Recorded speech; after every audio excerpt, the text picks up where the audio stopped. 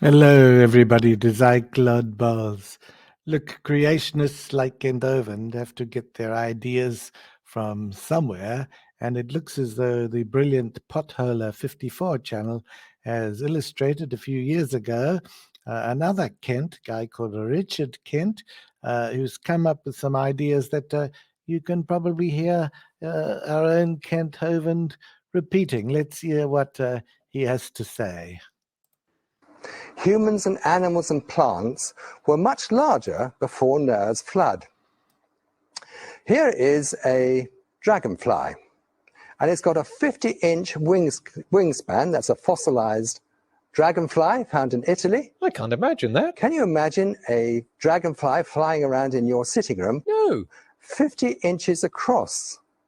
That would frighten the life out of me. Don't know about you. Doesn't bother me. Now, cockroaches, fossilized cockroaches, they found fossil cockroaches 18 inches long. I certainly can't imagine that. Can you imagine what it would feel like to have a cockroach 18 inches long I can't imagine. coming out of the cupboard underneath your kitchen sink? No. Fossils of grasshoppers have been found over 2 feet long. Don't ask me to imagine it. That would be huge. Can you imagine looking out onto your garden and seeing a 2-foot-long grasshopper? No, I said I can't imagine it. Well, that's what the fossil record actually shows. I don't care. So maybe we'd have to go on a grasshopper hunt. I'm not going to imagine this one. Giant tarantula. I'm not going to imagine it. Great big spiders, a foot long. Don't make me imagine it. Can you imagine that? No. Can you imagine that scuttling across your floor as you're watching this now? Cattails have been found 60 feet high. Can you imagine? Nope. Can you... Shh. I'm going to get a glass of water. Don't say anything. Can you imagine that? Grass 60 feet high in the sedimentary rock. Well, you're going to ask, what about dinosaurs? We'll come on to that in a minute. First, what exactly is all this about? Well, Dr. Richard Kent explains that oxygen levels were much higher in the past, and that's given him a new theory about the dinosaurs. Oxygen levels were indeed much higher during the Carboniferous, but that was long before humans appeared on Earth.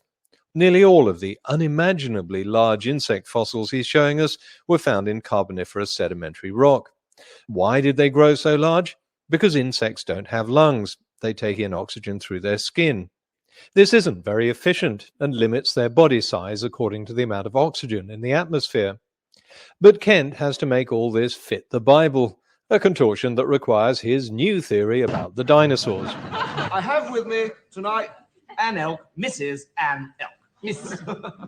You have a new theory about the Brontosaurus.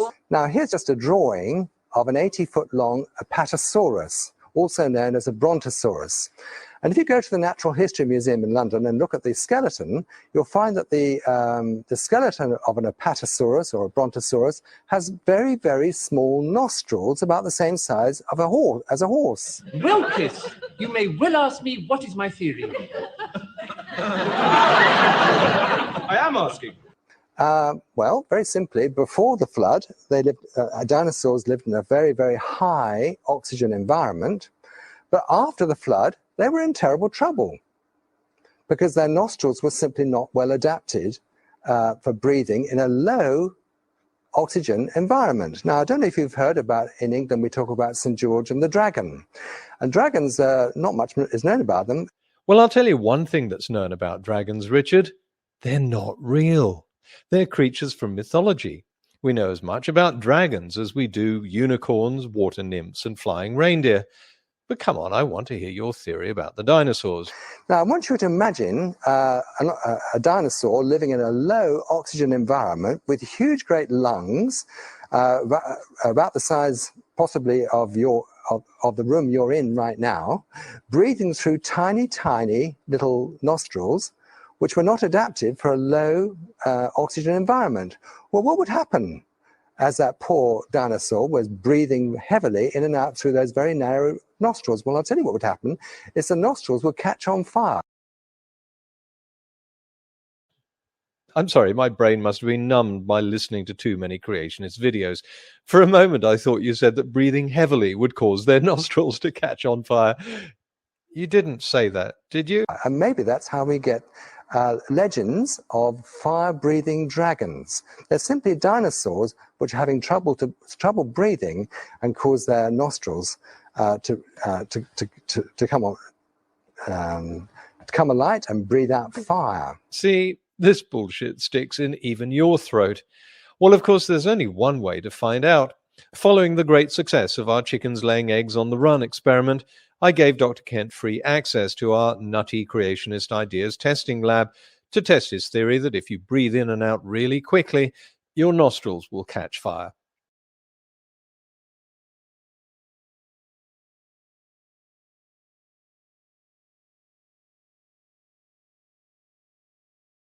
Hello, everyone. We started our experiment on canines.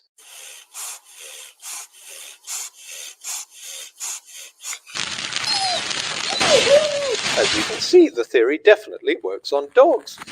Here we see a young boy whose excessive masturbation has brought on unstoppable heavy breathing with devastating consequences.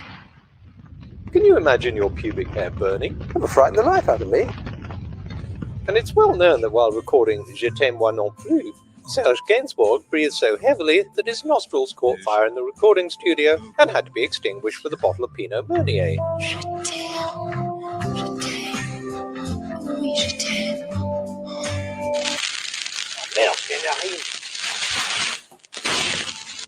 And of course, during a stage performance of the song in 1976, Jane Birkin got so carried away that her entire bosom area spontaneously exploded. Even today, hundreds of people suffer from spontaneous combustus nostrali while listening to the song. So what have we learned from this? If nostrils ever do catch fire due to heavy breathing, it's been witnessed about as often as we've seen fire-breathing dragons. But before we go, there's just one other part of the Richard Kent dinosaur theory we have to flush down the toilet. Kent doesn't think every single dinosaur was finished off by combustible nostrils. Some of the dinosaurs had more robust nose parts and survived. Now, there are still actually dinosaurs around the world.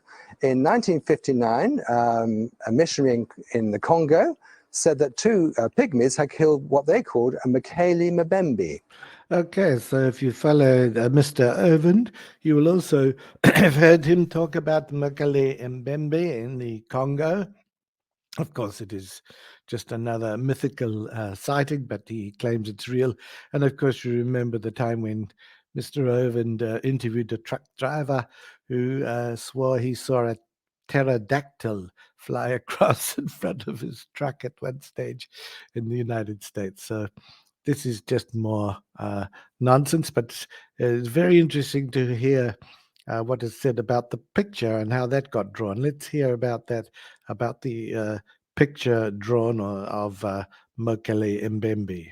And there's a drawing which they made of the Mokele Mbembe, and it looks to me very much like a dinosaur. A drawing that they made. Now, I don't want to belittle the artistic skills of the Congo pygmies, but I was skeptical of the claim that they drew this picture. Yes, I agree with Kent. It does look very much like a dinosaur, but it has all the hallmarks of a Western artist's impression. And it took less than a minute to check. I simply Googled Mokele Mbembe and came up with a number of drawings, including this one, the same picture. So then I checked the website where it had been posted and discovered that the artists were Earl and Bonnie Snellenberger. Are they by any chance Congo pygmies? No, they're illustrators for children's books. Children's creationist books, that is, or to be more specific, children's creationist books that teach that dinosaurs are still alive today. So Kent's evidence that this animal might be a dinosaur because of the remarkable physiological characteristics found in the drawing is based on the fact that it was deliberately drawn that way by two creationist artists. We might as well conclude that people kept dinosaurs as pets, because that's what we see in the Flintstones. Can you imagine what it would feel like? No, but it's not real. That would frighten the life out of me. Don't know about you. It's not scary, Richard. It's a cartoon. Can you imagine going to the seaside and seeing a 12-foot tortoise? No, I don't want to start that. Can you imagine looking out onto your garden? So, of course, Mr. Hovind also seems to think that the Flintstones is a documentary and that dinosaurs live with man. This is not actually true. I hope you've enjoyed this, and all comments are welcome. And I thoroughly recommend the Potholer 54 channel. It's a really good channel, and it has some treasures from the past for you to look at, which will give you a real idea about creationist nonsense. And the Potholer man is very good at doing his research and getting you the truth. So thank you for listening. Good night.